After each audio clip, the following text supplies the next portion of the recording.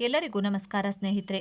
ಹಿಂದೂ ಧರ್ಮದಲ್ಲಿ ಕೆಲವು ಗಿಡ ಮರಗಳಿಗೆ ವಿಶೇಷ ಸ್ಥಾನವನ್ನು ನೀಡಲಾಗಿದೆ. ಗಿಡ ಮರಗಳನ್ನು ದೇವರ ಪ್ರತಿರೂಪ ಎಂದು ಸಹ ಭಾವಿಸಲಾಗಿದೆ. ವಿಶೇಷವಾದ ಸಸ್ಯಗಳು ಧಾರ್ಮಿಕ ಹಿನ್ನೆಲೆಯ ಜೊತೆಗೆ ವೈದ್ಯಕೀಯ ಶಾಸ್ತ್ರದಲ್ಲೂ ಉತ್ತಮ ಔಷಧೀಯ ಗುಣಗಳನ್ನು ಹೊಂದಿರುತ್ತವೆ. ಅಂತಹ ಒಂದು ಶ್ರೇಷ್ಠ ಶಕ್ತಿಯನ್ನು ಹೊಂದಿರುವ ಸಸ್ಯಗಳಲ್ಲಿ ಎಕ್ಕದ ಗಿಡವು ಒಂದು. ಇದರಲ್ಲಿ ಎರಡು ಬಗೆಯ ಎಕ್ಕವನ್ನು ಕಾಣಬಹುದು.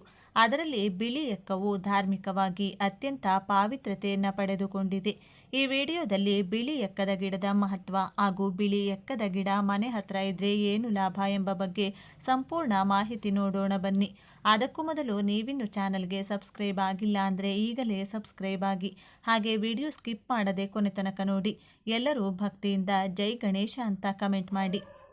ವೀಕ್ಷಕರೇ, ಸಾಮಾನ್ಯವಾಗಿ ನೆಗೆಟಿವ್ ಎನರ್ಜಿ ಅನ್ನೋದು ಈಗಿನ ಕಾಲಮಾನದಲ್ಲಿ ಒಂದು ಕೆಟ್ಟ ದೃಷ್ಟಿ ಅನ್ನೋದು ಕಾಮನ್ ಆಗಿಬಿಟ್ಟಿದೆ. ಯಾರೋ ಒಬ್ಬರು ಉದ್ಧಾರ ಆಗ್ತಿದ್ದಾರೆ, ಯಾರೋ ಒಬ್ಬರು ಏಳಿಗೆ ಆಗ್ತಿದ್ದಾರೆ ಅಂದರೆ ಅಷ್ಟೇ ಅವರಿಗೆ ಏನು ಕೆಟ್ಟ ದೃಷ್ಟಿನೂ ಬೀಳುತ್ತೆ ಅನ್ನೋದು ಒಂದು ಭಯ ಇದ್ದೇ ಇರುತ್ತದೆ. ಸಾಮಾನ್ಯವಾಗಿ ಕೆಟ್ಟ ದೃಷ್ಟಿ ಅನ್ನೋದು ತುಂಬ ಏಳಿಗೆ ಆದವರ ಮೇಲೆ ಬೀಳ್ತಾನೆ ಇರುತ್ತೆ. ಸೊ ಕೆಟ್ಟ ದೃಷ್ಟಿ ಮನೆಯವರ ಮೇಲೆ ಬೀಳಬಾರ್ದು, ಹಾಗೆ ಮನೆಗೆ ಎಂಟ್ರಿ ಆಗಬಾರ್ದು ಅಂದರೆ ಮನೆ ಮುಂದೆ ಏನಾದರೂ ಒಂದು ಮರ ಅಂತ ಇರಬಹುದಾ, ಅದಕ್ಕೇನಾದರೂ ಒಂದು ಪಾಸಿಟಿವ್ ಎನರ್ಜಿ ಇದೆಯಾ, ಇದರ ಬಗ್ಗೆ ಹೇಳೋದಾದರೆ ಒಂದು ದೈವಿಕ ವೃಕ್ಷದ ಬಗ್ಗೆ ಹೇಳ್ತೀನಿ. ಯಾರೇ ಆಗಲಿ ಕೆಟ್ಟ ತಂತ್ರಗಳನ್ನು ಮನೆ ಒಳಗಡೆ ಮತ್ತು ಮನೆ ಸದಸ್ಯರ ಮೇಲೆ ಅದನ್ನು ಪ್ರಯೋಗ ಮಾಡೋಕ್ಕೆ ಆಗಲ್ಲ. ಹಾಗಾಗಿ ಆ ದೇವಿ ವೃಕ್ಷದ ನೀವು ಬೇರೆ ಯಾವುದೂ ಅಲ್ಲ, ಎಕ್ಕದ ಗಿಡ. ಎಕ್ಕದ ಗಿಡ ಇದ್ರೆ ಒಳಗಡೆ ಮಾಟಮಂತ್ರ ತಂತ್ರ ದುಷ್ಟಶಕ್ತಿ ಪ್ರವೇಶ ಆಗೋದಿಲ್ಲ. ಎಕ್ಕದ ಗಿಡ ಭಗವಂತನಿಂದ ನಿರ್ಮಾಣವಾದಂತಹ ಗಿಡ. ಈ ರಹಸ್ಯ ಬಹಳ ಜನಕ್ಕೆ ಗೊತ್ತಿಲ್ಲ. ಎಕ್ಕದ ಗಿಡ ಹಳೆಯದಾಗಿರಬೇಕು, ಸುಮಾರು ಒಂದು 10, 15, 20 ವರ್ಷದ ಎಕ್ಕದ ಗಿಡ ಆಗಿರಬೇಕು. ಅದನ್ನು ತೆಗೆದಾಗ ಅದರ ಬೇರಿರುತ್ತಲ್ಲ, ಆ ಬೇರಲ್ಲಿ ಗಣೇಶನ ಮೂರ್ತಿ ಇರುತ್ತದೆ. ಹಳೆಯ ಒಂದು ಎಕ್ಕದ ಗಿಡವನ್ನು ಅದಕ್ಕೆ ಪೂಜೆ ಮಾಡಿ ಈ ಗಿಡವನ್ನು ನಾವು ರಿಮೂವ್ ಮಾಡ್ತಾ ಇದ್ದೀವಿ. ಯಾವುದೇ ತೊಂದರೆ ಬಾರದಿರಲಿ, ಇದರ ಕೆಳಗಡೆ ಇರುವಂಥ ಬೇರನ್ನು ನಾನು ಮನೆಯಲ್ಲಿಟ್ಟು ಪೂಜೆ ಮಾಡ್ತೀನಿ ಅಂತ ಎಕ್ಕದ ಗಿಡದ ಬೇರನ್ನು ಇಟ್ಟು ಪೂಜೆ ಮಾಡಬೇಕು. ಅಂದರೆ ಅದನ್ನು ಮೇಲಕ್ಕೆ ತೆಗೆದಾಗ ಗಣೇಶನ ಮೂರ್ತಿ ವಿಗ್ರಹ ಆಕಾರ ಆಗಿರುತ್ತದೆ. ಎಕ್ಕದ ಗಿಡ ಮನೆ ಎದುರುಗಡೆ ಇತ್ತು ಅಂದರೆ ಗಣೇಶ ವಿಘ್ನಗಳು ಒಳಗೆ ಬರೋದಿಲ್ಲ. ಮನೆ ಸದಸ್ಯರು ವಿಘ್ನಗಳಿಂದ ಪಾರಾಗ್ತಾರೆ, ಕೆಟ್ಟ ತಂತ್ರ ದೃಷ್ಟಿಯಿಂದನೂ ಪಾರಾಗ್ತಾರೆ. ಬಿಳಿ ಎಕ್ಕದ ಬೇರನ್ನು ಮನೆಯೊಳಗೆ ತಂದರೆ ನಿವಾರಣೆಯಾಗುವುದು ನಿಮ್ಮೆಲ್ಲ ತೊಂದರೆ. ವಿಶೇಷ ಹಾಗೂ ಅಪರೂಪದ ಹೂ ಬಿಳಿ ಎಕ್ಕ. ಬಿಳಿ ಎಕ್ಕವನ್ನು ಸಾಮಾನ್ಯವಾಗಿ ಶಿವನ ಆರಾಧನೆಗೆ ಬಳಸಲಾಗುವುದು. ಧಾರ್ಮಿಕ ಚಟುವಟಿಕೆಗಳಿಗೆ ಹೊರತಾಗಿ ತಂತ್ರವಿದ್ಯೆಯಲ್ಲೂ ಬಳಸಲಾಗುತ್ತದೆ. ಬಿಳಿ ಎಕ್ಕದ ಗಿಡದಿಂದ ಈ ರೀತಿ ಮಾಡಿದರೆ ನಿಮ್ಮ ಮನೆಯಲ್ಲಿ ಸಕಲ ಐಶ್ವರ್ಯ ವೃದ್ಧಿಸುತ್ತದೆ. ಈ ಒಂದು ಗಿಡದ ಬಗ್ಗೆ ನಮ್ಮ ಪೂರ್ವಜರು ಹೇಳುವ ಹಾಗೆ ಬಿಳಿ ಎಕ್ಕದ ಗಿಡವೊಂದು ಮನೆಯಲ್ಲಿದ್ದರೆ ಸಕಲ ಐಶ್ವರ್ಯ ಅಂತಸ್ತು ವೃದ್ಧಿಯಾಗುತ್ತದೆ, ಹಣಕಾಸಿನ ಎಲ್ಲ ಸಮಸ್ಯೆಗಳು ನಿವಾರಣೆಯಾಗುತ್ತದೆ ಎಂಬ ಮಾತಿದೆ. ಮನೆಯಲ್ಲಿ ಶಾಂತಿ, ನೆಮ್ಮದಿ, ಹಣಕಾಸಿನ ವ್ಯವಹಾರಗಳು ಇಂಥ ಎಲ್ಲ ತೊಂದರೆಗಳಿಗೆ ಬಿಳಿ ಎಕ್ಕದ ಗಿಡ ರಾಮಬಾಣ ಎಂದೇ ಹೇಳ್ಬೋದು. ಅನೇಕ ಜನರು ತಮ್ಮ ವ್ಯವಹಾರ ವಹಿವಾಟುಗಳಲ್ಲಿ ಸಾಕಷ್ಟು ತೊಂದರೆಗಳನ್ನು ಅನುಭವಿಸುತ್ತಿರುತ್ತಾರೆ. ಜೊತೆಗೆ ಹಣಕಾಸಿನ ವಿಚಾರಗಳಲ್ಲಿ ಹಿನ್ನಡೆಯನ್ನು ಅನುಭವಿಸ್ತಾ ಸಾಲ ಬಾಧೆಯಲ್ಲಿ ಸಿಲುಕಿ ಕಷ್ಟದ ಪರಿಸ್ಥಿತಿಯಲ್ಲಿರುತ್ತಾರೆ. ಮನೆಯಲ್ಲಿ ಈ ಒಂದು ರೀತಿ ಮಾಡೋದ್ರಿಂದ ನೀವು ಹಣಕಾಸಿನ ಸಮಸ್ಯೆಯಿಂದ ನೆಮ್ಮದಿ ಪಡೆಯಬಹುದು. ಇದನ್ನು ನಿಮ್ಮ ಮನೆಯಲ್ಲಿ ನೀವು ಪ್ರಯತ್ನ ಮಾಡಿದರೆ ಹಣಕಾಸಿನ ವೃದ್ಧಿ ಆಗೋದ್ರ ಜೊತೆಗೆ ಸಾಕಷ್ಟು ಲಾಭಗಳು ನಿಮಗೆ ದೊರೆಯಲಿದೆ. ಅದು ಹೇಗೆ ಏನು ಎಂಬುದನ್ನು ಈ ವಿಡಿಯೋದಲ್ಲಿ ತಿಳಿಸಿಕೊಟ್ಟಿದ್ದೇವೆ. ಬಿಳಿ ಎಕ್ಕದ ಗಿಡ ನಮಗೆ ಸುಲಭವಾಗಿ ಸಿಗುವ ಗಿಡವಾಗಿದ್ದು ಎಲ್ಲ ಪ್ರದೇಶಗಳಲ್ಲಿಯೂ ಲಭಿಸುವಂತಹ ಗಿಡ. ಈ ಒಂದು ಗಿಡಕ್ಕೆ ಪುರಾತನ ವಿಶೇಷತೆ ಕೂಡ ಸಾಕಷ್ಟಿದೆ. ಬಿಳಿ ಎಕ್ಕದ ಗಿಡ 5ರಿಂದ 6 ಅಡಿ ಎತ್ತರಕ್ಕೆ ಬೆಳೆಯುತ್ತದೆ ಹಾಗೂ ಬಿಳಿ ನೀಲಿ ಮಿಶ್ರಿತವಾದ ಬಣ್ಣದಲ್ಲಿ ಹೂವನ್ನು ಅರಳಿಸುತ್ತದೆ. ಬಿಳಿ ಎಕ್ಕದ ಗಿಡದ ಪ್ರತಿಯೊಂದು ಭಾಗವೂ ಔಷಧ ಗುಣಗಳನ್ನು ಹೊಂದಿದೆ. ಬಿಳಿ ಎಕ್ಕದ ಗಿಡದ ಹಾಲು ವಿಷಪೂರಿತವಾದದ್ದು. ಅದನ್ನು ಹೊರತುಪಡಿಸಿದರೆ ಎಕ್ಕದ ಗಿಡ ಸರಿಸುಮಾರು 64 ಔಷಧೀಯ ಗುಣಗಳನ್ನು ಒಳಗೊಂಡಿರುತ್ತದೆ. ಬಿಳಿ ಎಕ್ಕದ ಗಿಡವನ್ನು ನಿಮ್ಮ ಮನೆಯಲ್ಲಿಟ್ಟು ಪೂಜೆ ಮಾಡೋದ್ರಿಂದ ಹಲವು ದೋಷಗಳು ನಿವಾರಣೆಯಾಗಿ ಮನೆಯಲ್ಲಿ ಹಣಕಾಸಿನ ಸಮಸ್ಯೆಗಳು ಸರಿಯಾಗುತ್ತವೆ. ನೀವು ಮನೆಯಲ್ಲಿ ಈ ರೀತಿಯ ಪೂಜೆಯನ್ನು ಮಾಡಿಕೊಳ್ಳಿ.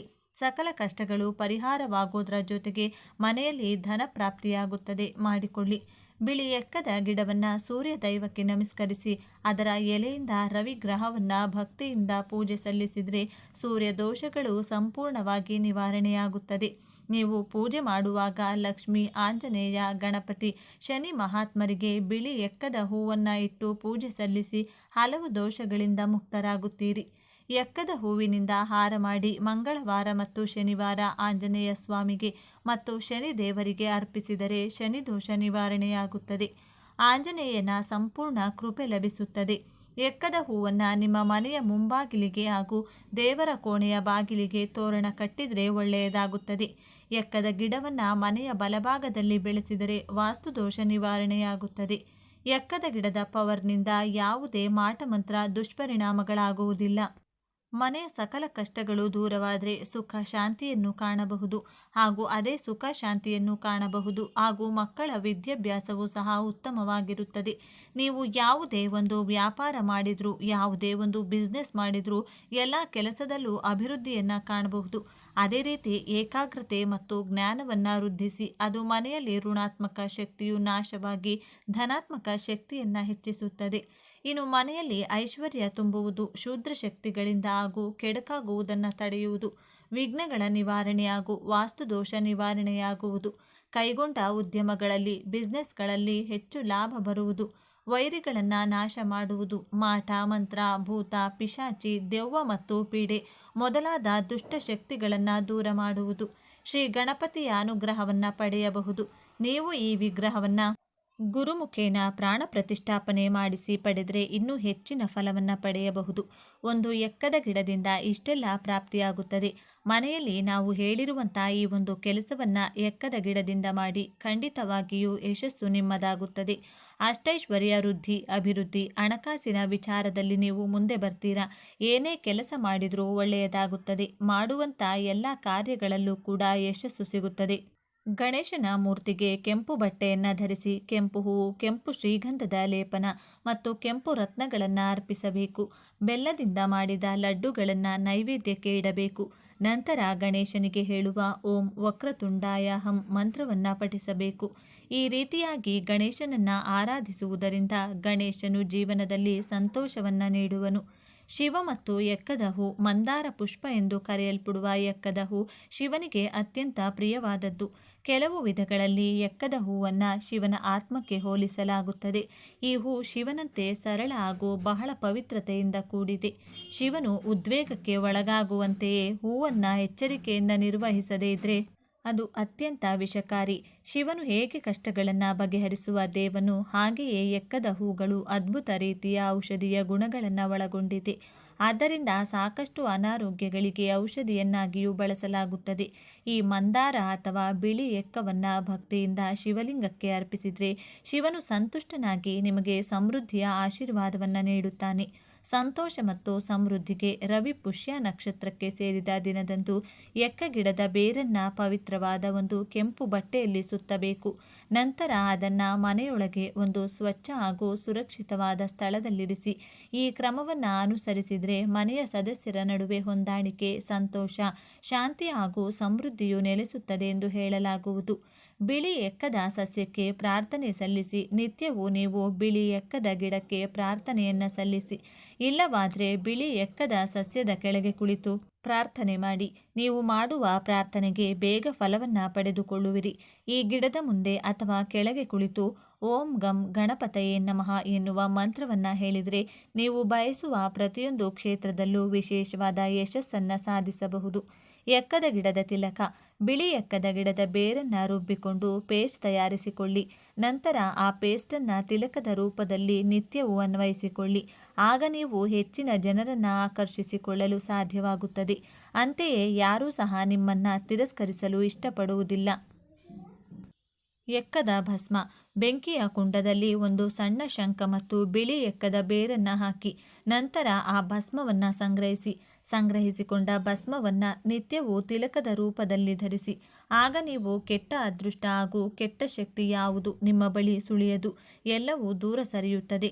ಶತ್ರುಗಳನ್ನು ಶಾಂತಗೊಳಿಸುವುದು. ಬಿಳಿ ಎಕ್ಕದ ಎಲೆಯ ಮೇಲೆ ಎಕ್ಕದ ಸಸ್ಯ ರಸವನ್ನು ಬಳಸಿ ಶತ್ರುವಿನ ಹೆಸರನ್ನು ಬರೆಯಿರಿ. ನಂತರ ಅದನ್ನು ಮಣ್ಣಿನೊಳಗೆ ಹೂಣಿಡಬೇಕು.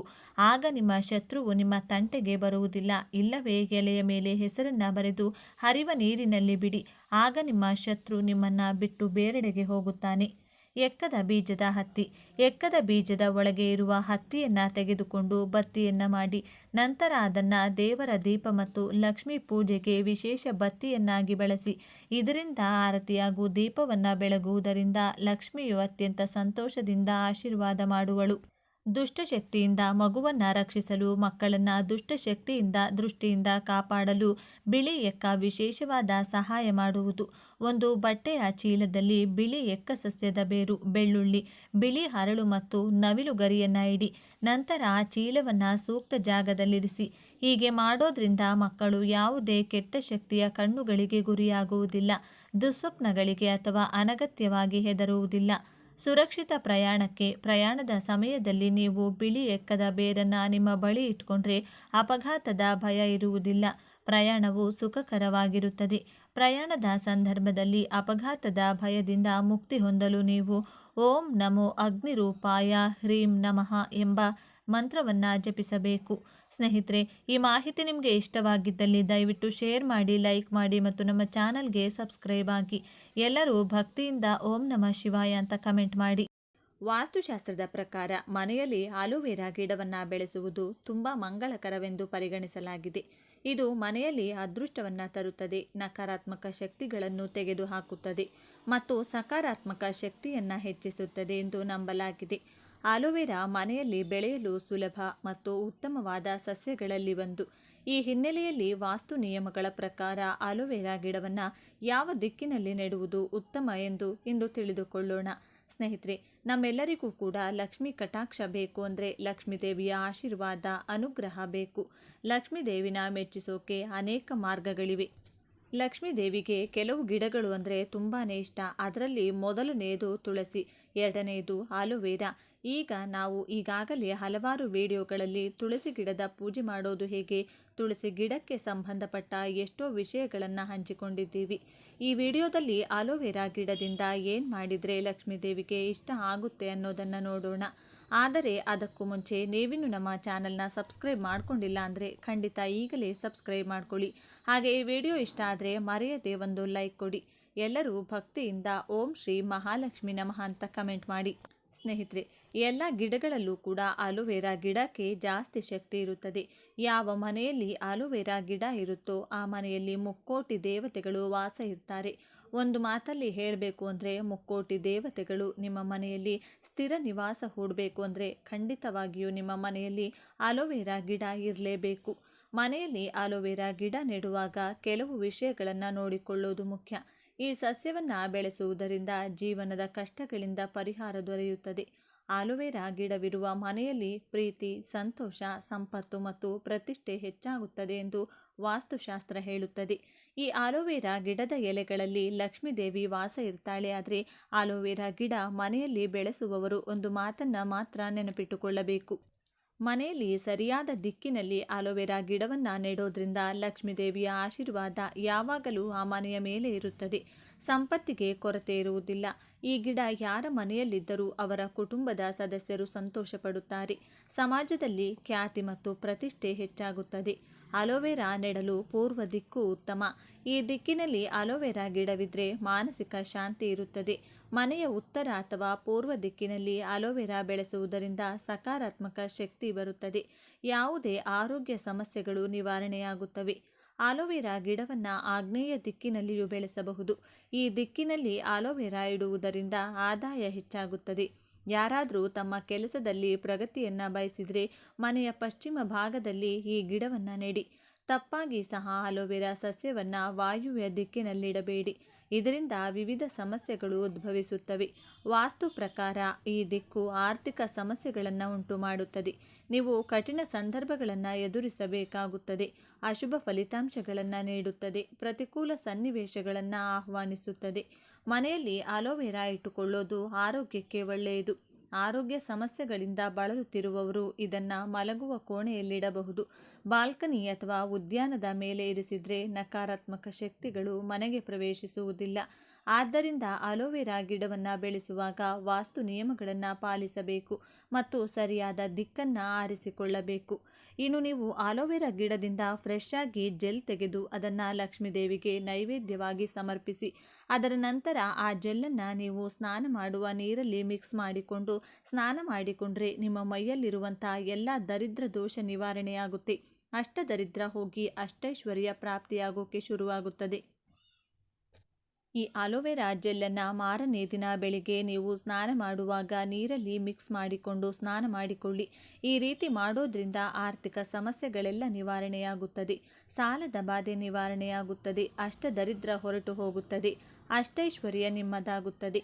ಇನ್ನು ನರದೃಷ್ಟಿ, ಕಣ್ಣು ದೃಷ್ಟಿ, ಭಯಾನಕ ದೋಷಗಳು, ಮನೆಯಲ್ಲಿರುವಂತಹ ನೆಗೆಟಿವ್ ಎನರ್ಜಿ, ಮೈಯಲ್ಲಿರುವಂತಹ ನೆಗೆಟಿವ್ ಎನರ್ಜಿ, ಹಾಗೆ ನೀವು ಯಾವುದೇ ಕೆಲಸಕ್ಕೆ ಕೈ ಹಾಕಿದ್ರೂ ಅದರಲ್ಲಿ ಸಕ್ಸಸ್ ಆಗಬೇಕು ಅಂದರೆ ಬೆಳಿಗ್ಗೆ 6ರಿಂದ 7 ಗಂಟೆ ಮಧ್ಯದಲ್ಲಿ ಈ ಟೈಮಲ್ಲಿ ಒಂದು ಚಿಕ್ಕ ಆಲೋವೆರಾ ಗಿಡ ತಗೊಂಡು ಅದನ್ನು ತಲೆ ಕೆಳಗಾಗಿ ಅಂದರೆ ಬೇರು ಮೇಲೆ ಬರಬೇಕು, ಎಲೆಗಳು ಕೆಳಗಡೆ ಬರಬೇಕು.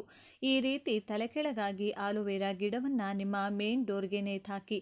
ಯಾವ ರೀತಿ ಈ ಆಲೋವೆರಾನ ಕಟ್ಟಬೇಕು ಅಂದರೆ ಮನೆ ಹೊರಗಿನಿಂದ ನೀವು ಒಳಗಡೆ ಬರುವಾಗ ಅಥವಾ ಒಳಗಡೆಯಿಂದ ಹೊರಗಡೆ ಹೋಗುವಾಗ ಆಲೋವೆರಾ ಗಿಡದ ಎಲೆ ಒಂದು ಚೂರಾದರೂ ನಿಮ್ಮ ತಲೆಗೆ ತಾಕುವಷ್ಟು ಕೆಳಗಡೆ ಈ ಗಿಡವನ್ನು ಕಟ್ಟಿರಬೇಕು. ಎಲ್ಲೋ ಮೇಲೆ ಕಟ್ಟಿದರೆ ಇದು ಪ್ರಯೋಜನವಾಗುವುದಿಲ್ಲ. ಇದಕ್ಕೆ ಕಾರಣ ಏನಂದರೆ ಯಾವಾಗಲೂ ಕೂಡ ನಮ್ಮ ಮೈ ಮೇಲೆ ಶನಿ ಪ್ರಭಾವ ಅನ್ನೋದು ತಲೆ ಕೂದಲಿನಲ್ಲಿ ಅಧಿಕವಾಗಿರುತ್ತದೆ.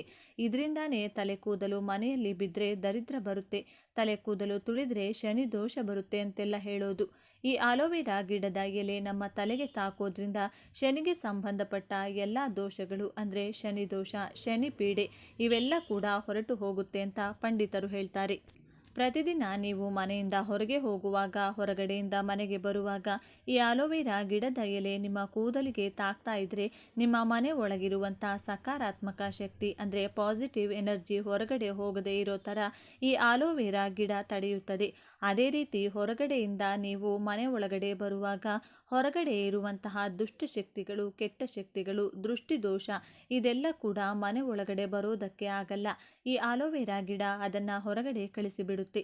ಬಾಗಿಲಿಗೆ ಕಟ್ಟಿರುವಂಥ ಆಲೋವೆರಾ ಗಿಡ ಒಣಗೋದ್ರೆ ಮತ್ತೆ ಮಂಗಳವಾರ ಬೆಳಿಗ್ಗೆ 6ರಿಂದ 7 ಗಂಟೆ ಮಧ್ಯದಲ್ಲಿ ಬೇರೆ ಗಿಡವನ್ನು ಚೇಂಜ್ ಮಾಡಿಕೊಳ್ಳಿ.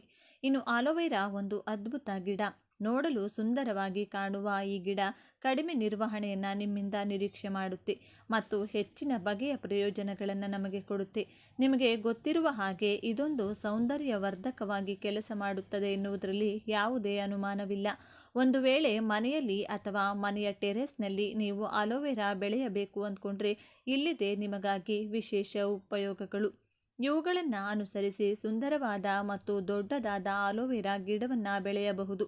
ಬೆಳೆಯಲು ನೀವು ಪಾಟ್ ಆಯ್ಕೆ ಮಾಡಿ. ನೀವು ಮೊದಲ ಬಾರಿಗೆ ಆಲೋವೆರಾ ಬೆಳೀತಿದ್ದೀರಿ ಎಂದಾದರೆ ಪಾಟ್ ಆಯ್ಕೆ ಬಹಳ ಮುಖ್ಯವಾಗುತ್ತದೆ.